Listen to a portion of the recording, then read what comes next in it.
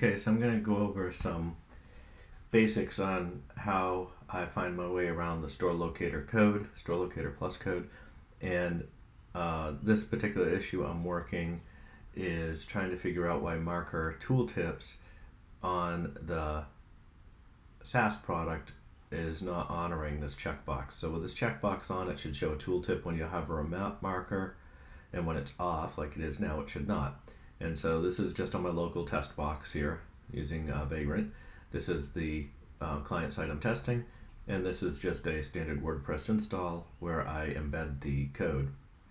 And you can see that the marker is unchecked here, but when I go over and sit on a marker for a second, it shows the tooltip. So it is not honoring that request. So how do I find the code that's related to that?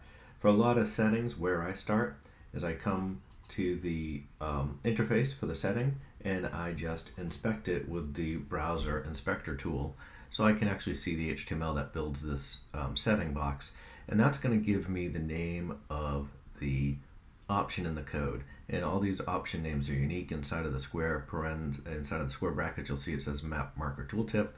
And so typically what I'll do is I'll just search for that in my code. So now I'm over here in PHP Storm, and throughout the project I'm going to do a global search for map marker tooltip, and you can see that it found multiple cases here. I'll open it in the find window on the bottom left here so you can see what products it's reading. And you can see that everything here is in the Premiere plugin, which makes sense that that's a feature that's only available to be turned on and off in Premiere. And so these are the files that are that it uses to set up the admin interface and also to communicate with JavaScript. And so I can open all three of these and start debugging the code for this to figure out what's going on. So some of these things I know are just text processors, like this is just text for admin experience, so I don't need to worry about that. That's not affecting functionality.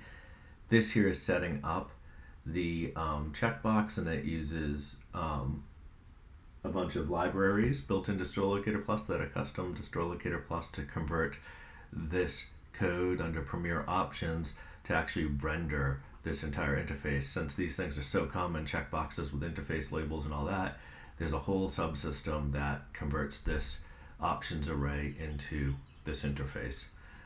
So that's really not doing a lot either. So all the magic is really happening here inside of this file.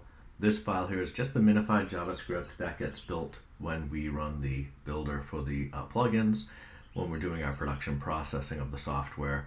So really what we need to start doing is digging into here to find out why this in JavaScript, when we run this code, that it's either not firing off the subscription when we're using the SaaS product, or why it's not getting this populated correctly from the start.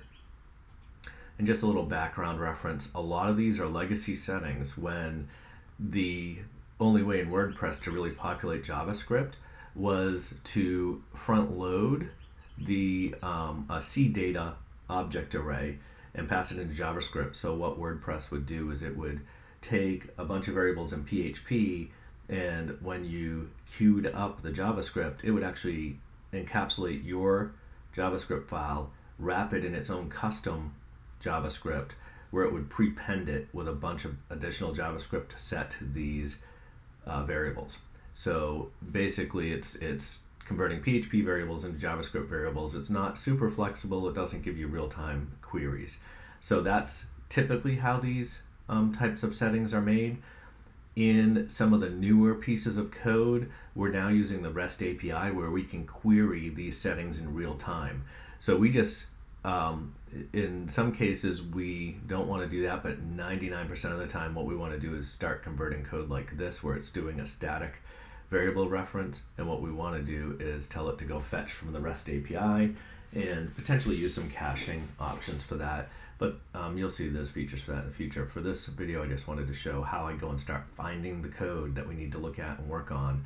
And so then I can start tracing out this particular function, figure out where it's called, debug the JavaScript code while it's running from the SaaS, make sure it's firing off this piece of code.